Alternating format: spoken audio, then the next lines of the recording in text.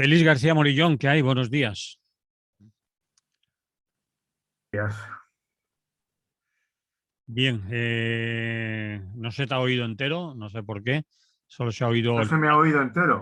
solo se ha oído el Que final de buscar una Díaz. manera de que se me oyera entero. Vale, pero ahora se te oye seguido ya. Vamos a ver, llevábamos un tiempo sin oírnos por aquí, ya te echaba alguna gente de menos. Habían Ujú. preguntado por qué García Morillón no aparecía. He dicho que es un vago, es un vago Sí. el tío. Yo dije que llamaran a unos cuantos para que me echáis en falta y que la emisora pensara que tenía muchos seguidores. Vale, bien. Vamos a tocar temas relacionados con lo tuyo, que es la filosofía Sí. bueno, y alrededores. Estás escribiendo, tengo dos documentos aquí delante que he medio leído y vamos a hablar sobre ellos. El primer tema, hablar sobre utopías, distopías y utopías. Ujú. Pues empieza, acláralo. Que además ya has hablado sobre ello, es una conferencia, ¿no? Una charla. Bueno, sí, me pusieron un título extraño para una conferencia en un congreso internacional. Estos ahora se celebran por la red, ¿no? A través de internet. Mm, Y era en Colombia y me propusieron un extraño título que era El lenguaje utópico y distópico en la infancia. Me dejó un poco perplejo el título y bueno, pues como era el título, pues tenía que empezar a pensar, ¿no? Y de hecho, bueno, empecé a pensar y se me ocurrió que por otra parte no es exactamente nuevo mío, o sea, luego me he dado cuenta que lo utiliza más gente, el tema que frente a utopía y distopía podríamos hablar de utopías. mm, Eh, Al final son juegos de palabras etimológicamente basadas en el griego. El topos es un lugar, ¿verdad? Y utopía es una obra famosa de Tomás Moro, que es conocida, que es el diseño de una sociedad perfecta en un no lugar. No existe en este mundo. sí, Pero lo presenta como un proyecto que puede ser tenido en consideración. Curiosamente, en una época en que al mismo tiempo Hobbes está defendiendo una visión un poco más pesimista de la sociedad humana, aquello del lobo para el hombre, ¿no? El lobo es un lobo para el hombre es un lobo para el hombre. ¿Eh? Pero Tomás Moro, que sabes que además fue decapitado por mm, su resistencia, desobediencia civil, mantuvo la esperanza y la cierta gusto por la vida hasta el final, ¿no? Hasta que le cortaron la cabeza que dejó de mantenerla. En cualquier caso, era la utopía y narraba cómo iba a ser un mundo perfecto. Eh, la utopía entonces se convirtió en una palabra que tuvo bastante éxito posterior, ¿no? Existía ya de alguna manera antes, ¿no? Y había incluso en Platón está el mito de la Atlántida y durante la Edad Media el mito del territorio del Preste Juan. Y la humanidad siempre ha tenido algunos sueños respecto a situaciones, lugares en el mundo, en la Tierra, en los que se iba a encontrar, bien fuera, es un mundo feliz, de plenitud, de satisfacción de todas las necesidades.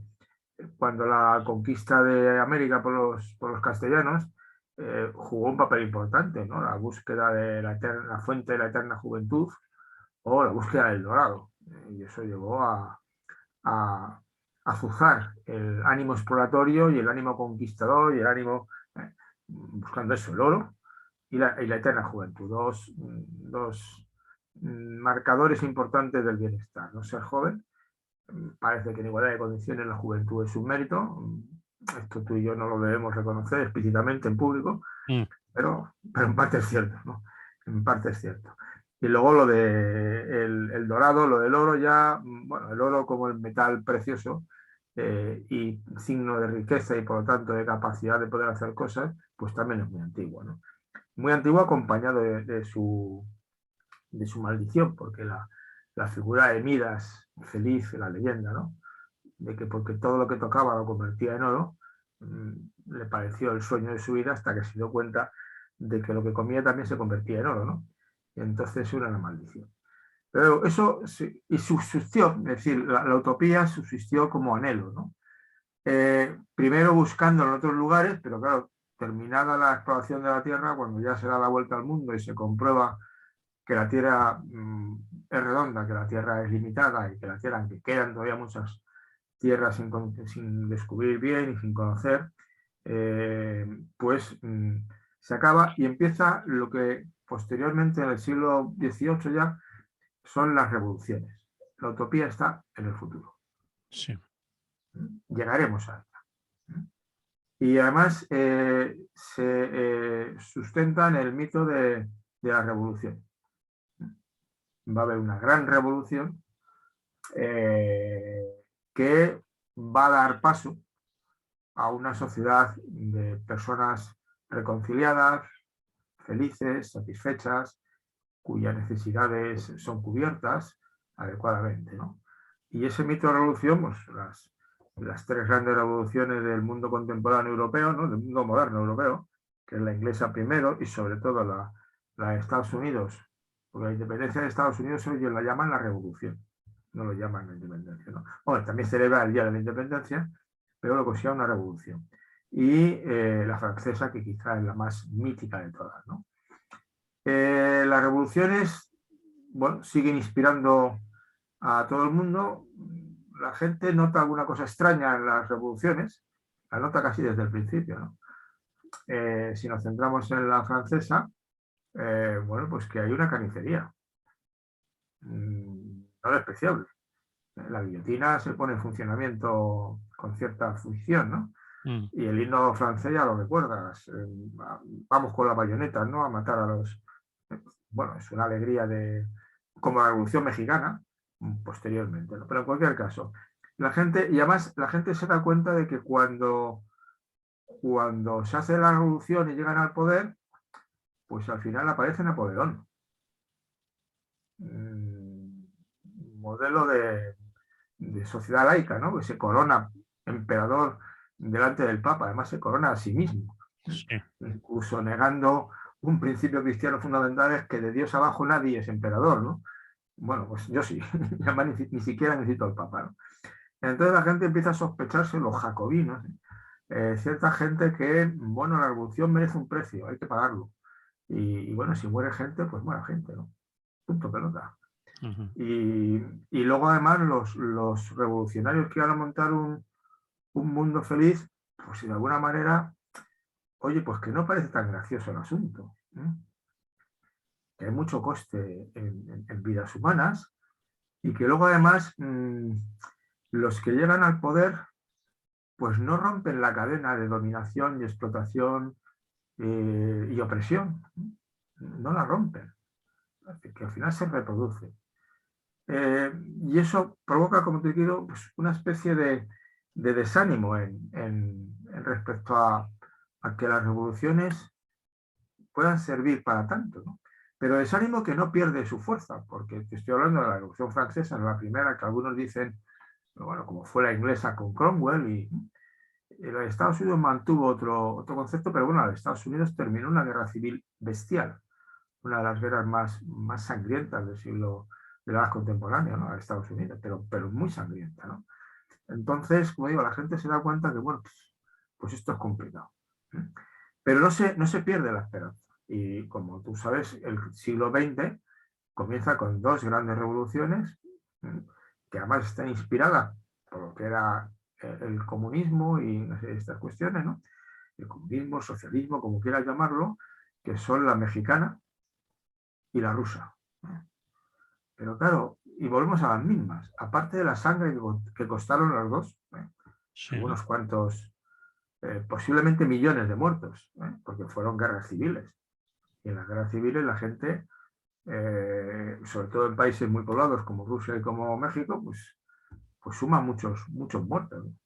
Entonces, como decir, la gente se dio cuenta que, bueno, que al final lo que aparecía era Stalin y el Gulag, y lo que aparecía era el PRI, ¿no? O sea, una máquina de de poder y de corrupción y de mangoneo desmesurada, que de alguna manera los dos países siguen, si me apuras, en su estilo. Porque después del 89 parecía que ya iban a democratizarse y aparece Putin, que no parece en estos momentos un modelo democrático, ¿no? Y lo del PRI en México, pues la verdad es que sigue. Ahora está Obrador, que parece que, bueno, que aspira a otras cosas, pero no es así. Entonces, conmigo surge esa sensación de que de alguna manera la cosa se complica, ¿no? Pero sí mantiene la esperanza. Posiblemente la última revolución esperanzada sería en España, el 30, cuando gana el Frente Popular y entonces los anarquistas, ¿verdad? Decían, es la nuestra, vamos a tomar las tierras, a montar colectivizaciones, y claro, viene el contragolpe de los fascistas, que ya lo estaban preparando, no toleraban la república, y se hace otra carnicería. Entonces, como digo, se ve esa situación complicada. ¿Qué es lo que ocurre? Que la utopía, la gente de alguna manera empieza a desconfiar de la utopía. Empieza a desconfiar. Y surgen las distopías. Las distopías, quizá las tres novelas fundacionales son la de Fahrenheit 451, la de La rebelión en la granja y La de Huxley. ¿eh? La de Huxley, Un mundo feliz. El mundo feliz. ¿Cuál? La primera me parece recordar que es la del mundo feliz. La del mundo feliz quizás se parece más a lo que tenemos ahora que otras, ¿no? Porque de alguna forma es el soma, ¿no? Te dan la droga y eres feliz, pero claro, al final, aunque no lo seas consciente, asumes el viejo refrán de dame pan y llámame perro, tampoco pasa nada, ¿no? Y quizá la más distópica de todas, una de las más distópicas sería la de Fahrenheit, pero la de Rebelión en la granja, ¿no? Sobre todo porque todo indica, vamos, expresamente, yo creo que es así, que lo que está contando él era de izquierdas, el Orwell, sabes que estuvo, uno de sus libros más bonitos es El homenaje a Cataluña, sí. Estuvo en la guerra, creo recordar, no sé si fue en Milicias Anarquistas o del POU, pero en los primeros momentos de la guerra no había una gran diferencia entre ambas, ¿no? Y entonces, en ese contexto, pues, él describe la rebelión en la granja, al final hay 10 mandamientos de una sociedad perfecta de animales, Sí. y al poco tiempo meten 3 nuevos, es decir, ningún animal dormirá en una cama. Y ya añade, bueno, no dormirá en una cama con sábanas. Entonces, para que así los jefes puedan dormir en cama, pero mantienen el espíritu revolucionario porque no se duerme con. Y terminan ya diciendo que algunos animales son más iguales que otros. Entonces dice, bueno, se acaba esto es lo que hay y no hay más. Y como yo creo que es un relato, vamos, explícitamente, lo pone en 1984 como futuro distópico. Y eso son las distopías. Las distopías son los sitios del mal. Sociedades malas, en las que incluso tras un aparente bienestar, la Revolución Rusa tuvo logros muy importantes, no conviene olvidar, de igualdad de la mujer, de ciertas cosas, ¿no? Pero al final no fue una máquina de horror. Entonces, como digo, son lugares negativos, las distopías. ¿Y qué es lo que ocurre? Bueno, pues habría que repensarlo, porque sí que hay, en los años 60 vuelve a haber otro renacer de las utopías. Y con los hippies y con una serie de personas es posible un mundo diferente. Hay una obra famosa, Ideología y Utopía, que recuerda un poco a lo de Lenin, cuando decía que el leninismo, el izquierdismo, y especialmente el anarquismo, es una enfermedad infantil del socialismo, porque la revolución es científica, es ciencia, es conocimiento. Y esta cosa son los sueños de la infancia y tonterías. La gente se cree cosas que no. La realidad es otra. Y la realidad no es la utopía, sino, bueno, en su caso, obviamente, es más electrificación. ¿De acuerdo? ¿No? Lo simplificamos y lo reducimos a dos criterios. Entonces, la utopía es recuperada como la necesidad de un sueño, de quizá una de las expresiones más bonitas de esa propuesta, para mí es la del famoso discurso de Martin Luther King. He subido a lo alto de la montaña, ayer tuve un sueño, subí a lo alto de la montaña y vi que los negros ya vivían en igualdad de condiciones, ¿no? Más o menos te resumo mucho el discurso, ¿no? Y esa capacidad transformadora de la utopía. Se recupera un valor ya no negativo, sino que le confiere un cierto valor positivo, porque utopos, al no ser nada, es, claro, el no lugar, pues es la nada. En este otro sentido, ya se convierte en un sueño dinamizador. Hay el famoso libro este de Ideología y Utopía, que recupera el valor de la utopía como motor de los cambios sociales. Ya está muy presente, ¿no? Entonces, de alguna manera, yo lo que consideraba, y es mi lectura del anarquismo y mi manera de entenderlo, es que quizá había que proponer una palabra que, ya te digo, luego cuando estaba escribiendo y mirando, claro, buscas, hoy día, cuando haces cosas, buscas en internet que hay, y como siempre, pues hay alguien que se te ha adelantado a utilizar el término y además lo utiliza bien, o sea, que tampoco es... Es decir, el eutopos, seguimos con palabras griegas, eu es bueno, topos, un lugar bueno. Un lugar que es bueno, en el que se vive bien. Y que no es ni el futuro ni el pasado, ni los sueños, no, es aquí y ahora. Es esa idea de profundamente anarquista, ¿no? de la prefiguración. Profundamente anarquista, sobre todo en la reconstrucción ideológica y política del anarquismo de los años 60 para acá. Sería el intentar vivir o vivir como lo que consideras el ideal, a lo que aspiras, pero en el presente. En el presente.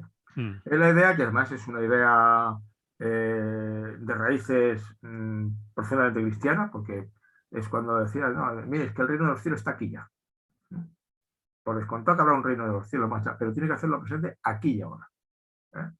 ¿Y en qué consiste? Pues que la gente se ama, la gente se ayuda, la gente se cuida y afrontan juntos los problemas. Y si hay una peste, es una de las cosas, por ejemplo, que a los primeros cristianos se les hizo ganar muchos adeptos. Oiga, los cristianos nos quedamos y cuidamos. Y entonces, como que nos quedamos y cuidamos, mueren menos de los nuestros. Y la gente se fija y dice, pues mira, o las mujeres romanas, ¿no? Anda, si estos dicen que el aborto de ninguna manera. Y como en la Roma imperial las mujeres abortaban por orden del marido y morían con frecuencia, pues cuando ven a alguien y dice, abortar es malo, yo me apunto, me apunto. ¿Por qué? Porque veo aquí posible, aquí y ahora, librarme de un mal. En concreto eso, en aquel momento. Entonces, ese es el sentido de lo que llaman el tiempo del kairos, el tiempo de que irrumpe en el mundo una manera distinta de vivir. Pero que no es utopía. Y por descontar no es distopía. Es que lo hacemos visible. Mire, sí. Aquí estamos. Si usted se suma, y si no quiere, no se suma. Ya vendría otras consideraciones a continuación, ¿no? Y a mí me parece que esa es la aportación sugerente, el reivindicar la utopía. Discutiendo el otro día con un allegado mío, que es muy del movimiento ecologista, muy radical, me decía que era el concepto de ecotopía. Y dice, ese es el que más se maneja, ecotopía. ¿Y sí, es hay una obra publicada sobre por eso digo, que se llama. ¿vale? Y yo en concreto esa no la conocía en ese momento, sí me sonaba, pero no me había parado a considerarla, porque esa no me permitía jugar con... Pero claro, es lo mismo, porque eco es el oikos, la casa. Y la casa es tu entorno. Eso es tu casa. Que tu primera casa es tu familia, tu segunda casa es tu barrio, tu tercera casa es tu país y tu cuarta casa es la tierra humana y la tierra entera.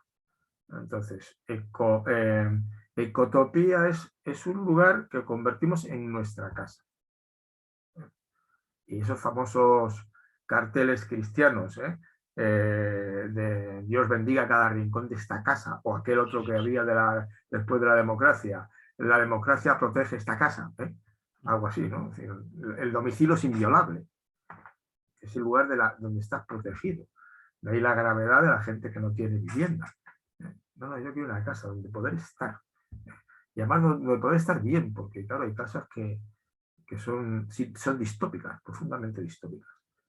Entonces, en estos momentos la utopía puede seguir funcionando si tú quieres como conjunto de ideas globales para pensar, pero no es lo importante. No es que sea infantil, ¿eh? Y además es lo más bonito de la infancia, la creencia de que todo es posible. ¿Te acuerdas de uno de los lemas muy bonitos de la Revolución del Mayo del 68? Debajo de los adoquines está la playa. Sí. Levántalos, que está la playa. O sea, no esperes a que nadie ni te sirva, no, hazlo ya. Y de hecho fue curioso porque cuando estaba compartiendo estas ideas en la audiencia, alguien preguntó y dice, pero ¿eso dónde está? ¿Dónde existe eso? Digo, pues hay muchas. Y dice, pero pon ese ejemplo. Digo, mira, el primer ejemplo, que además vi el otro día a un grupo de zapatistas que estaban en Madrid de viaje. Sí, han estado aquí en Valencia, claro, del CNI, sí. que justo las tenían alojadas en esa cooperativa de vivienda de la que hablo alguna vez, ¿no? Y las tenían arriba, tiene una zona común, y ahí estaban alojadas y haciendo sus presentaciones por Madrid, ¿no? Entonces, por ejemplo, los zapatistas han hecho un espacio en el que todo indica por ahora de que allí sí existen unas relaciones interpersonales y de satisfacción de las necesidades que podríamos llamar como buenas. Quizá han renunciado a exportar la revolución, quizá han renunciado, aunque al principio algo hicieron, al uso de la violencia, porque se imaginaron que la violencia a bofetadas iban a perder. Porque al final tienes enfrente un ejército, ¿no? Un ejército bien pertrechado y además con mucho dinero que le va a venir para ayudarle, ¿no? Entonces digo, eso es un ejemplo. Digo, hay ejemplos, decía, las cooperativas de uso. No se lo podían creer que había cooperativas de uso de vivienda. Digo, sí, lo hay. Y lo hay en muchos sitios de Europa. No es una novedad. Hay gente que vive así. Hay gente que se ha organizado de otra manera, ¿no? Y le comentaba a uno, porque eran profesores, digo, y además el mensaje de la utopía, aparte de conceder cierto optimismo al personal, ¿no? Y de no... Porque vivimos en un mundo en estos momentos con cierta obsesión distópica. Sí. Estamos todos pensando que estamos al borde del colapso del... Sí, colapso, apocalipsis, la extinción, la sexta extinción o la que sea, ¿no? Es una situación, luego en otra parte podemos quizá hablar un poco más de esto, pero hay una sensación muy agobiante, también muy preocupante, porque es que uno ve unas cosas que te sorprenden, ¿no? Entonces dices, bueno, y entonces digo, yo le comentaba a gente esta, la utopía es que tú mañana, cuando vuelvas a dar clase, si quieres, puedes dar clase de otra manera. Puedes convertir tu aula en un ambiente utópico. Un ambiente sin disciplina disciplinaria. Un ambiente sin imposición asimétrica del profesorado al alumnado. Un ambiente de colaboración mutua.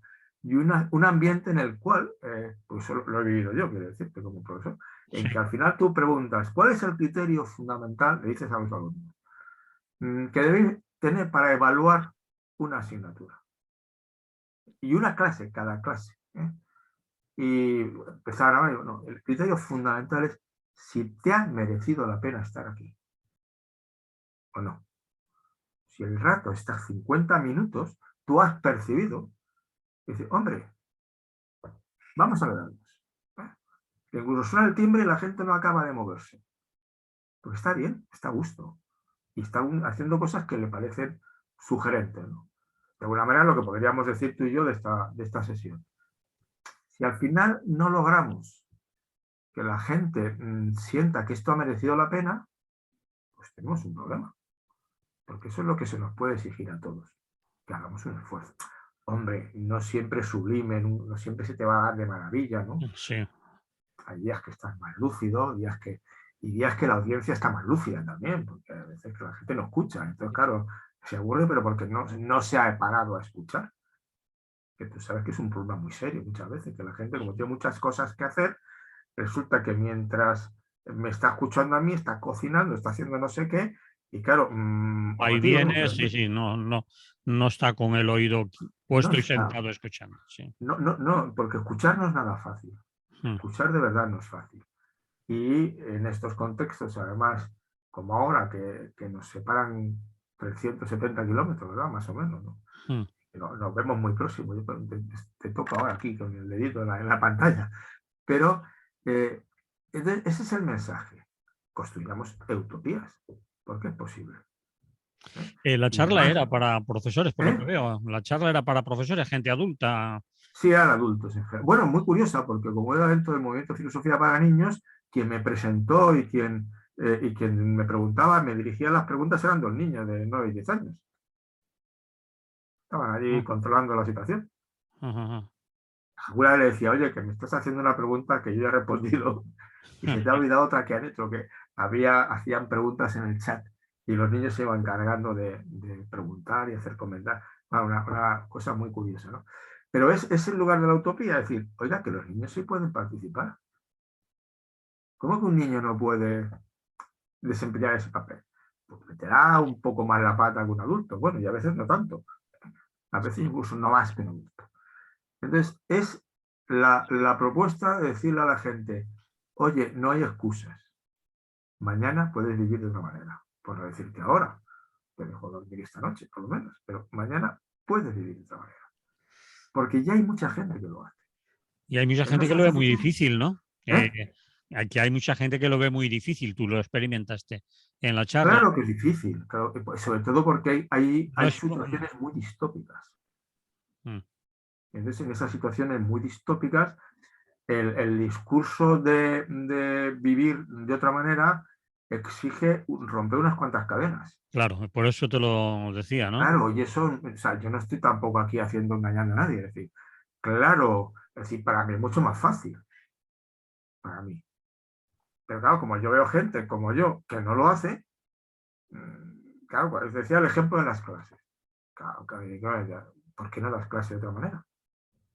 ¿Quién te ha dicho a ti que tengas que dar clase como la das, dictando apuntes, pidiendo exámenes memorísticos, llamando la atención a fulanito y a menganito? Pero ¿quién te ha dicho que des clase así? Tú solo, ¿no? No me cuentes. O que lo repites porque lo viste hacer, pero si te aburriste entonces, no hagas sufrir al personal. Pero obviamente, lugares distópicos, porque Rojava sería un lugar utópico, con problemas, porque no lo tienen fácil. Mm. Pero es un utópico distópico. ¿Eh? Están rodeados de guerra, hay muchos intereses creados y complejos, ¿no? Tenemos un lugar, una zona absolutamente distópica, es la de los Rohingya, Los Rojiñas, los, sí, los machacados sí, era Birmania, ¿no? Que sí. se refugian en Bangladesh. Bangladesh No quiere casi saber es un nada. país distópico. Mm. ¿Eh? Entonces, claro, en esos contextos puede resultar incluso hiriente. ¿Eh? De alguna manera, ¿por qué? Porque de alguna manera lo primero que tengo que empezar de alguna forma es, si voy a colaborar o si ellos tienen, es conseguir garantizar unas condiciones de existencia inmediatas que sean decentes. Y eso a veces no hay más remedio que hacerlo de una manera un poco más contundente, ¿no? Mm. Entonces yo no, en ese nivel, pero sí que en sociedades como la nuestra, mucha gente, bueno, porque en España, tú sabes que en estos momentos estamos ya en, ¿cuánto era el último informe FOESA de Cáritas que hablaba, espérate, de cerca de 8 millones, cerca de 8 millones de personas en España viven en pobreza severa Severa, y casi real, sí, sí. severa, dura, Severa, dura, sí. dura. Ujú. Dura que incluso comer es un problema. Calentarse es un problema. Es decir, 6 millones de personas. Es el cálculo que hace y los informes FOESA suelen ser muy fiables, muy fiables. Y me parece que llegaba a los 14, así, los que estaban al borde de entrar en esa zona, ¿no? Bueno, esos 14 millones de personas, sobre todo esos 6, 8, necesitan algo más que, necesitan una utopía, pero inmediata, inmediata. Y obviamente esa utopía, obviamente lo que tiene que empezar es no por ir ahí los salvadores de la patria a decirles lo que tienen que hacer, sino ir allí a hablar con ellos para que cuenten sus necesidades y propongan sus soluciones, que es la manera de construir su propia liberación. Me parece aquí comentar a una ocasión el manifiesto error en el caso de la Cañada. Por un lado está el error, que no es un error, eso creo que es malevolencia y maleficencia, de gente malévola y maléfica. Que es decirle que los de la Cañada Real es que tienen un problema de cultivo de marihuana y claro, no se les puede tolerar y se quedan todos sin electricidad porque están cultivando marihuana. Usted es malévola, ¿eh? Usted es malévola y maléfica, además. Pero lo otro venía, a tonto, aparece el pelotón de los déspotas ilustrados que saben lo que te hace falta y te lo hacen. ¿Y por qué no me ha preguntado? Si a lo mejor yo no quiero, a mí me urgen más no sé qué que no sé cuántos. Y además a lo mejor yo no quiero que me habilite una nave para pasar la noche, que no fue nadie, ¿no? O no quiero que me traiga... No me acuerdo qué fue, pero claro, o hacer una carretera. Si yo lo que quiero es, lo primero, saneamiento, quiero energía eléctrica. Esto es lo que empiezo queriendo, ¿no? Que me llegue la energía y que mi relación con la policía sea con una gente que me ayuda, no que va a perseguirme. Que cuando les veo entrar a un coche de policía, es decir, un ciudadano normal, si tiene una situación conflictiva, aparecer un policía le da tranquilidad. En general, quiero decir.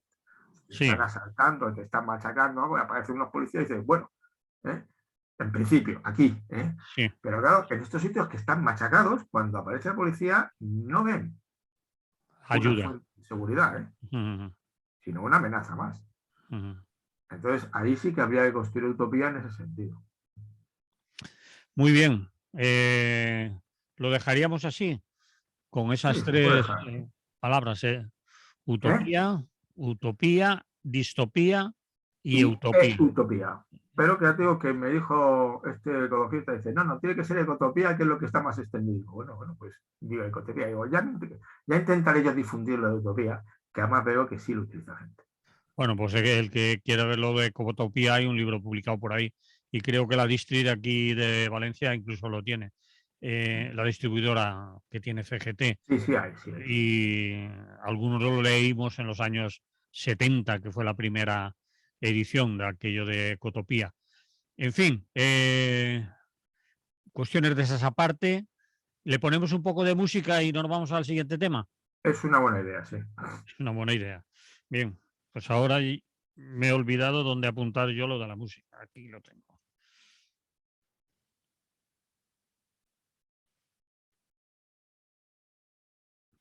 Y me mandabas un segundo tema que tengo yo por aquí, que me proponías de un artículo que estás escribiendo y veo que lo has tomado con ganas, porque tiene así como 13 páginas, ¿no? Sí, al final tendrá 10 o 12, sí. Y aún vas por las 6 o las 7. Bien redactado, 6 o 7. Y el resto son notas que luego hay que pulir y... ¿Pretendías que me lo leyera todo? No. No sé cómo te dije atreves, que las 6 primeras, porque lo otro son notas muy sueltas. Bueno, notas sueltas que siempre dan ideas, ¿no? Pero luego hay que ponerles orden y coherencia. Bien, bromas aparte. He leído una parte, lo titulas de crisis globales y existenciales. También me dices que incluso en él hablas de Greber, de David Greber, el compañero anarquista antropólogo, creo que era, que ha fallecido, o falleció muy, muy joven. Con 50 y tantos, me parece que es en septiembre, octubre de 2020. Sí, pero además de repente creo que fue de un infarto o algo parecido. Algo así, bien. Dices al empezar el artículo, a ver si así lo sirve como introducción, pocas dudas caben de que la humanidad está afrontando una situación complicada y en parte imprevista.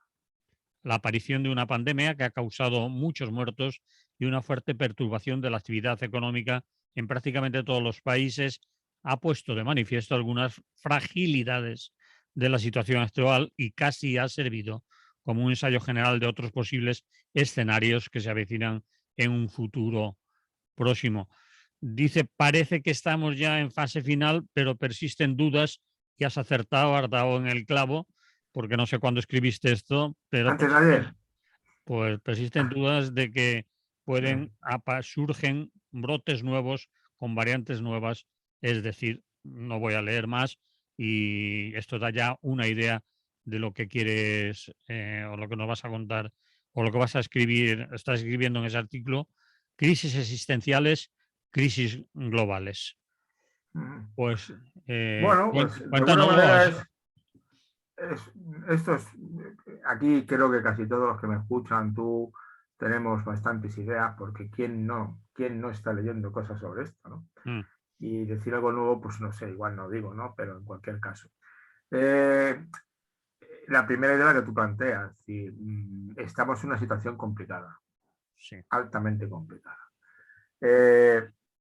Entonces, la pretensión de ese artículo es demostrar ese carácter global y luego mencionar que es diferente los problemas existenciales, ¿no? ¿Qué significa global? Bueno, la globalización es un término bastante moderno. Y el mundo, un concepto de mundo globalizado no ha existido, algo se atisbó con el famoso viaje de Magallanes Elcano, ¿no? Que claro, entonces digo, oiga, que sí, que llego al mismo sitio dando vueltas, ¿no? Cosa que obviamente nadie pensaba que podía ocurrir, ¿verdad? Entonces, desde entonces empezamos a vivir un mundo cada vez más interconectado. Ya se vivía en un mundo interconectado, pero ya mayor, ¿no? Y ese proceso se agudiza, digamos, en el siglo XIX, con el gran imperio. El primer imperio que globaliza el mundo es el portugués y el español, son que globalizan, ¿no? Llegar hasta Filipinas, ¿no? China no lo tocan, algún pequeño reducto, pero no lo tocan.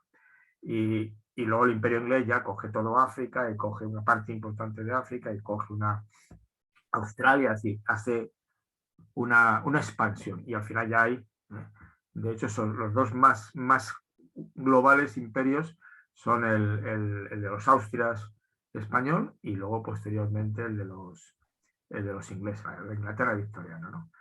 Entonces, como digo, y ahora ya la globalización se ha disparado. Se ha disparado porque la interconexión de todo el mundo es desmesurada. Y bueno, se prueba con los viajes, lo que se mueve la gente, internet, pongamos por caso, ¿no? Es decir, ¿cómo te conectas? Yo estoy dando una charla a gente en Colombia y todas estas cosas, los viejos del lugar recordamos que hubo una época que esto no existía, ¿no? Pero ni por casualidad. Es que ni nos sonaba. Es decir, vivíamos sin móvil todos los días y vivíamos bien. Sí. Entonces, eso significa global. De alguna manera, la globalización, tanto en el caso de los austrias como en el caso de los ingleses, más descaradamente todavía, porque los austrias al fin y al cabo tuvieron virreinatos y había opresión y había explotación de los campesinos indígenas sobre todo, incluso había esclavos. Pero los ingleses fueron colonias, obviamente colonias. Y el concepto no es el mismo, pero es igual, no voy a discutir mucho porque en cualquier caso eran potencias extranjeras que dominaban potencias preexistentes. Entonces, esa globalización que se consuma va siempre acompañada de algo que es tradicional en el ser humano, pues que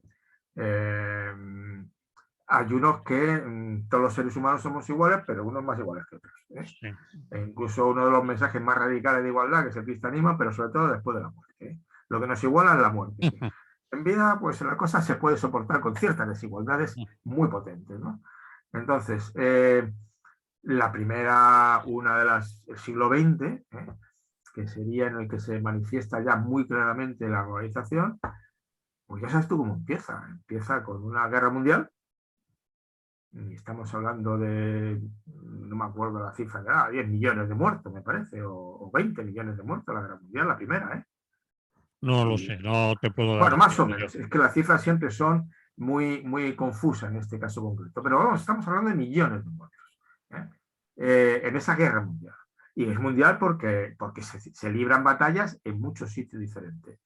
Y es muy mortífera porque fue cruel. Es la primera guerra en que se utiliza gas mostaza, ¿verdad? Que eso mata en Sí, condiciones, sí. pero es una guerra en la que se recurre a otra cosa muy antigua, que se calcula, por ejemplo, que después del armisticio, cuando fuese armisticio, pues se rinden, no hay tratado de paz, se rinden, ¿eh? Y la venganza es infinita.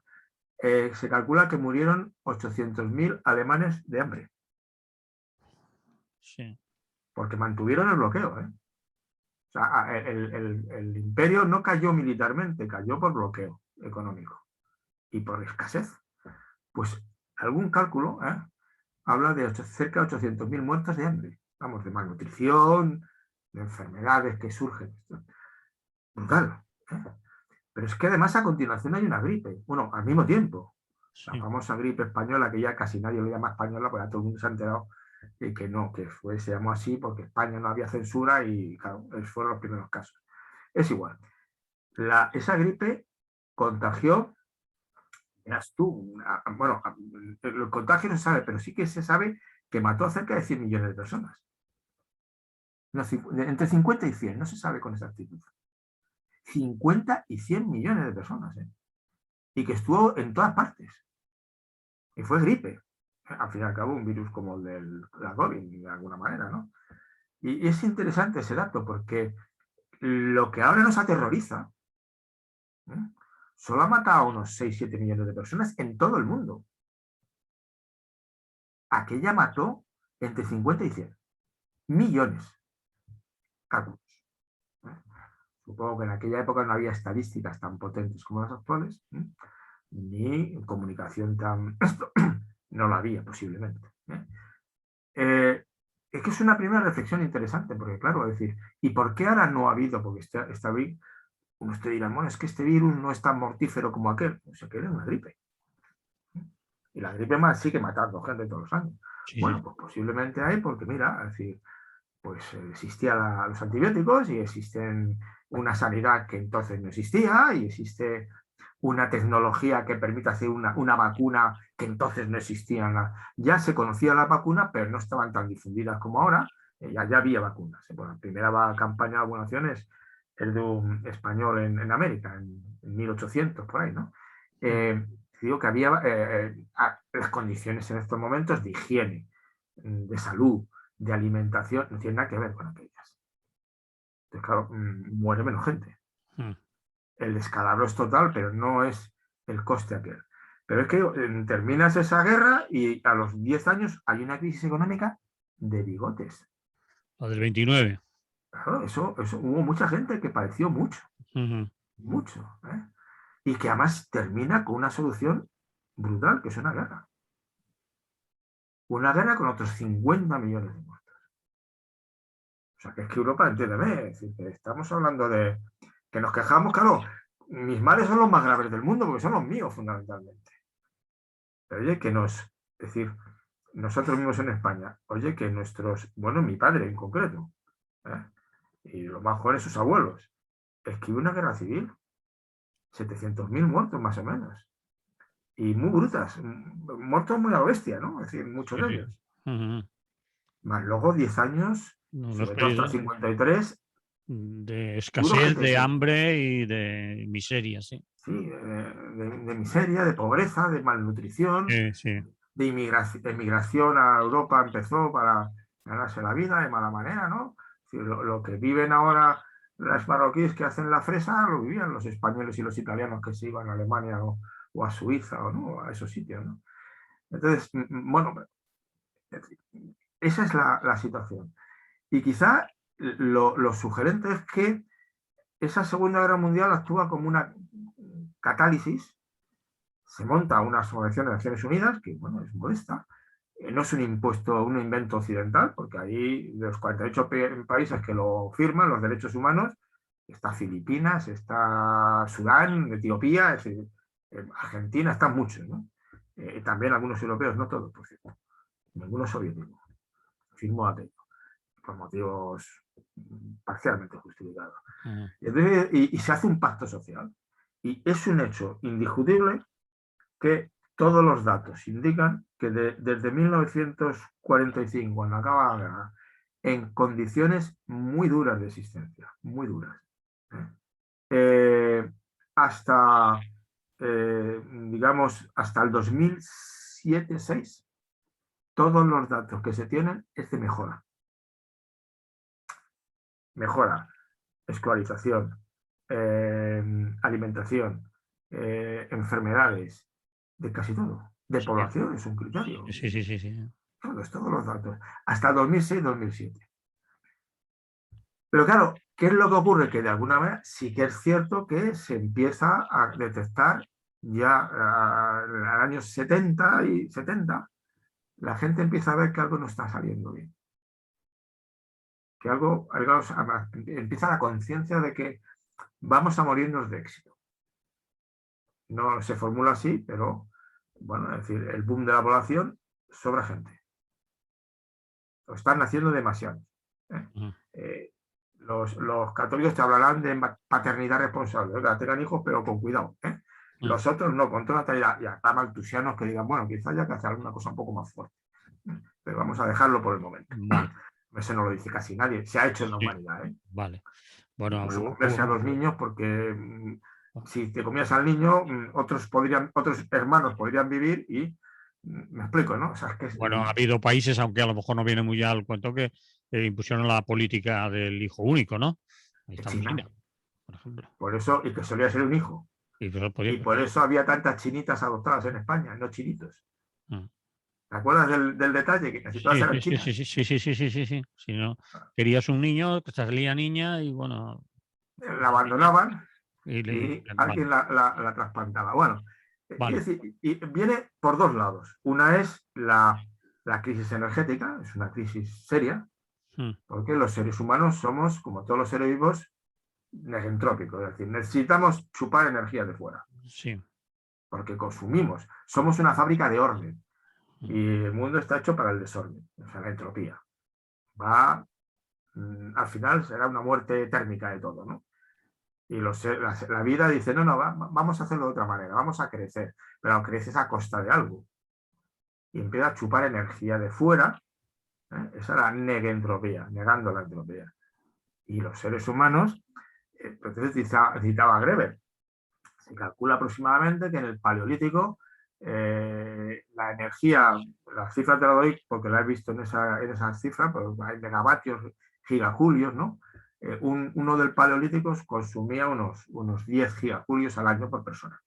10. Y Greber, el último libro póstumo que se ha publicado de él, es con un antropólogo, defendiendo la tesis de que el gran mal de la humanidad es el neolítico.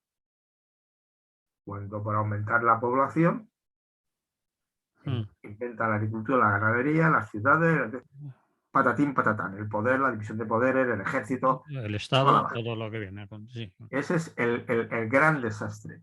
Es un libro, yo me lo quiero hacer con él porque lo han publicado hace 2 meses y necesito un hueco para leerlo.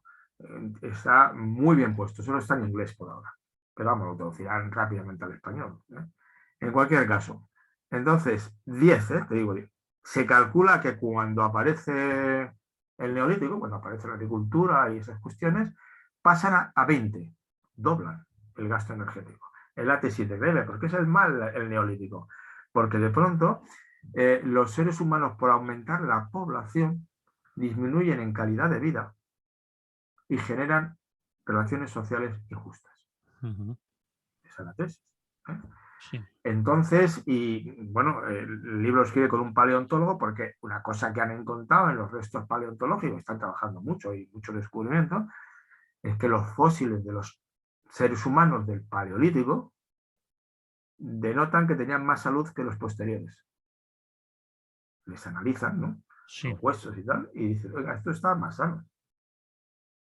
Que es lo que hablan de los bosquimanos actuales, que viven como los del Paleolítico. Oye, trabajan muy pocas horas a la semana, viven aparentemente relajados y no echan en falta nada.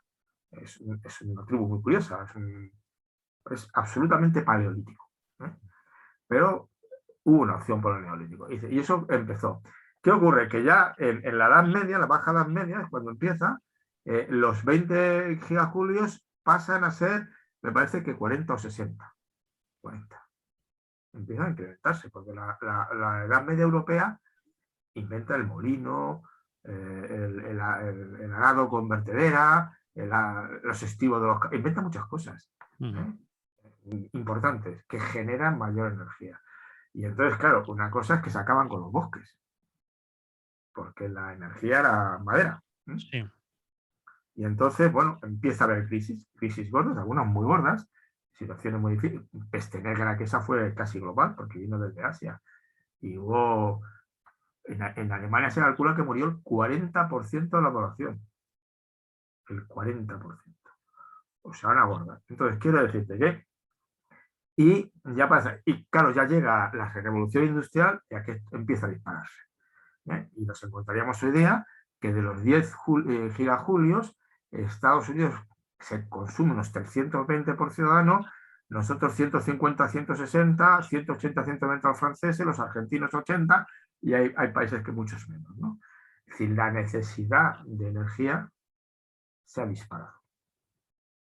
Y sigue disparándose. Esto que estamos haciendo tú y yo en estos momentos, el otro día publicaba yo una cosa en mi Facebook diciendo que esto que estoy publicando ahora, este artículo, exigiría que no lo publicara. Por Porque la el consumo energía que consume. energético de todo este tinglado de Internet empieza a ser, no sé qué proporciones ya, pero gorda, ¿eh? Gorda.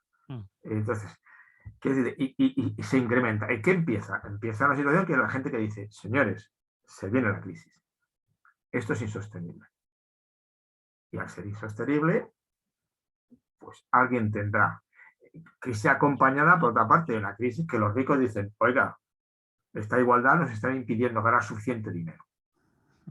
Entonces sacan el neoliberalismo, que busca el truco de ganar más dinero, extrayendo más plusvalía, degradando las condiciones de trabajo, pero además obligando a que la gente cada vez consuma más.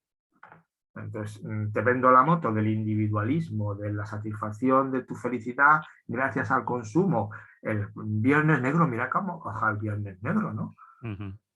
Dices, pero bueno, Amazon, dices, pero bueno, esto es una locura colectiva, porque decir que la gente no puede vivir sin consumir. Pero esa es la identificación. Y entonces nos encontramos en una situación. ¿Cuál es el mensaje de alguna manera en lo que yo querría insistir? Si te has fijado, sí, porque la nos humanidad vive quedarían con crisis. 3 o 4 minutos Ya, para... la humanidad vive con crisis desde el principio. Sí. Y uno de los artículos que he leído yo en estas cosas es, si algo caracteriza al Homo sapiens, que somos nosotros, es que somos unos supervivientes. Porque ha afrontado situaciones durísimas. Sí. Y ha habido culturas enteras que han desaparecido. El último artículo que leía, una cultura neolítica de la pera en China, con irrigaciones, unas cosas de agua tremenda, 40 años de lluvias torrenciales, desapareció. Desapareció.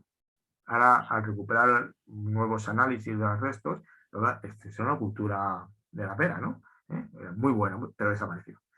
Entonces, hemos ido superando, fíjate, las que te he dicho entre 1918 y 1945. Eso fue, vamos, muy duro. Una escabechina. Bueno. Entonces, ¿qué vamos a aguantar la próxima?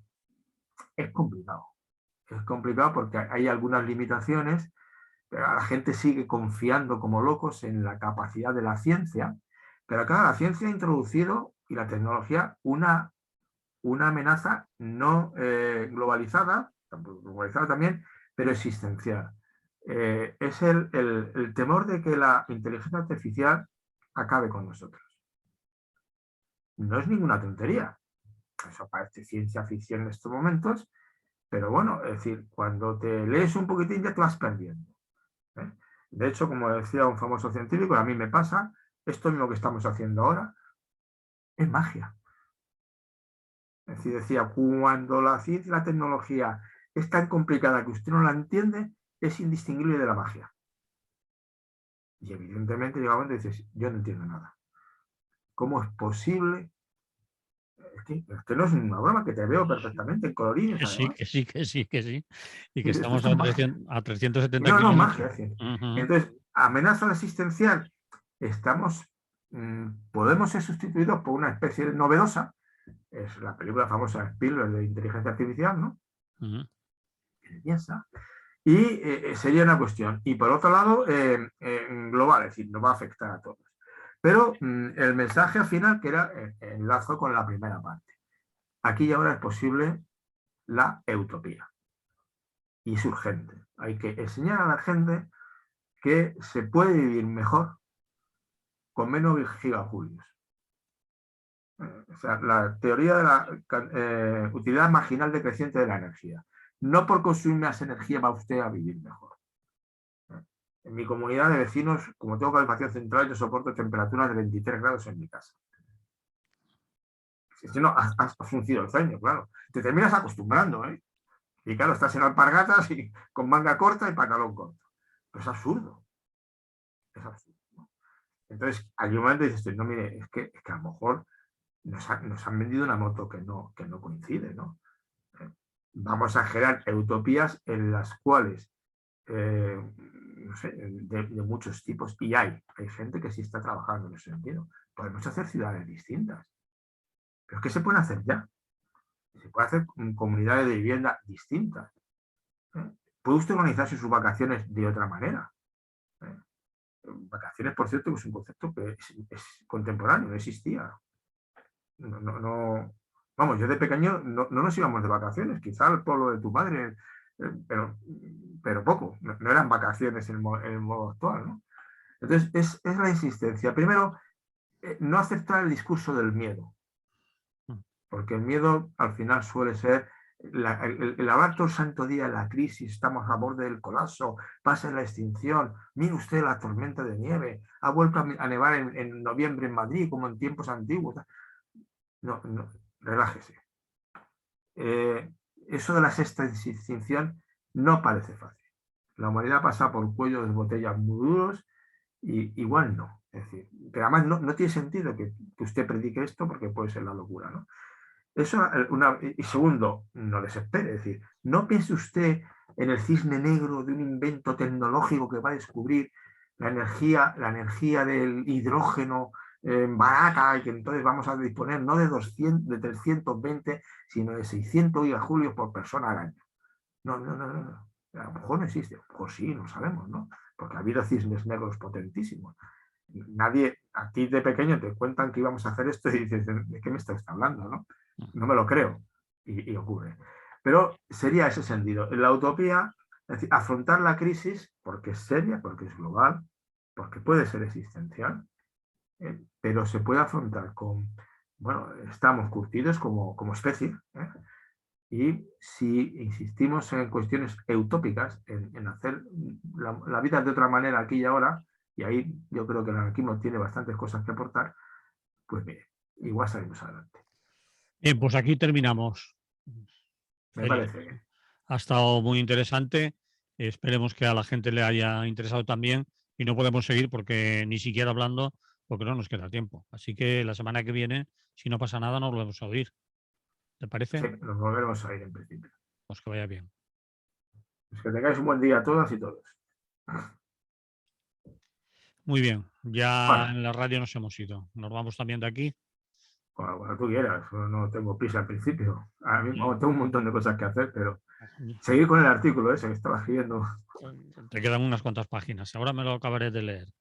Porque además, Sí, porque además esto hay que pulirlo, buscar las citas adecuadas para que veas que yo he leído cosas, pero tengo que encontrar qué es lo que leí, dónde estaba lo que leí, ¿no? O sea, tampoco estás inventando el Mediterráneo, pero descubriendo el Mediterráneo. Con ello bien, estoy. pues Oye, un abrazo. igualmente. Me alegro Y encima me pasa de. ahora 7 días en Viena. Has estado al final, Sí, fui a ver pero a si mi no hija. podíais salir a la calle, ¿no? No, bueno, lo del confinamiento vienés es una historia Es un diferente. cachondeo. Así de. Consiste simplemente en que no puedes estar cerrado todo el comercio, menos El esencial, no. esencial, que tiene también un criterio peculiar. Algunas tiendas que hay abiertas, digo, lo esencial aquí donde está, pero es igual. Y luego la gente pues salir a pasear. Bueno, pues entonces has hecho casi lo que ibas a hacer. Hombre, lo que pasa es que, claro, no, me ha salido más económico, porque siempre que vas a salir, pues vas a cenar a algún sitio para probar. No Eso era el es. caso, no podías cenar, tenías que estar en casa. Bueno, mi hija tiene una casa muy agradable y no pasaba nada. Y entonces, y no podías ir, menos mal que una exposición muy buena que queríamos ver de Modigliani la vimos el domingo, todo cerrado. Entonces, es decir, te limitan las posibilidades, pero no es nuestro confinamiento, ¿eh? No. No, es una cosa relajada.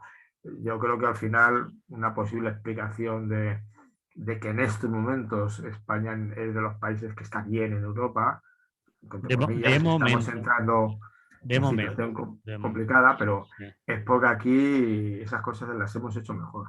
sí. En teoría sí, pero también de momento porque vamos unos pasos por atrás. Sí, ahora, bueno, porque las epidemias lo que tienen los bichitos es que quieren sobrevivir también. Entonces van buscando el truco para mutar y seguir. Y además mutar sin matar al hospedador, porque si los matan no se reproduce. Ningún bicho estos nocivos mata directamente. Tiene que darle tiempo a pasarse a otro sitio. Muy bien, Bueno, Félix. Manuel, pues un abrazo. Igualmente, que vaya Un bien. placer verte y verte con buena cara. Sí, Eso es bueno. también la tengo mala, ¿eh? Ya, no, pero decirte que es que las enfermedades siempre pueden ser tonterías, pero a veces no lo son. Bien, a todo, como era aquello de a todo eso le llega a San Martín, pues antes o después, Bueno, sí, al final sé que me voy a morir, eso sí lo sé, pero antes o prefiero después, morirme en buenas condiciones y en el momento oportuno. pues mejor esperar, ¿no? Sí. De hecho, fíjate, hace poco tenía esos pensamientos extraños que dices, realmente si yo me muriera ahora, tampoco pasaría nada. No, Si yo he tenido una vida ya está. Ya, bastante ahora, plena, bastante agradable. sí, ya está. Igual si sigo viviendo muchos años, me tocan aguantarme luego 3 años de muy desagradables, ¿no? Sí. No sé, ya. Bueno, eso es otra. Pensamientos un poco oscuros esos, ¿no? No, no vamos a ver, no vamos a hablar de ello. Vale. Porque a mí también se me viene a la cabeza, ¿no? Los últimos años, ¿cómo pueden ser? Y a lo mejor no valen la pena. Y vivir eso Algunos no valen la pena, ¿no? No valen la pena, ¿no? Yo por mi profesión, por la que he tenido, he visto gente que se ha mantenido con vida en unas condiciones que aquello no era vivir. Ni La vivir, última, ni... en mi caso, ha sido una hermana mía, la mayor, y que después de 1 o 2 años ya viviendo muy dependiente, pues murió con esto que funciona actualmente, que no es la eutanasia, ¿no? Pero es lo que llaman cuando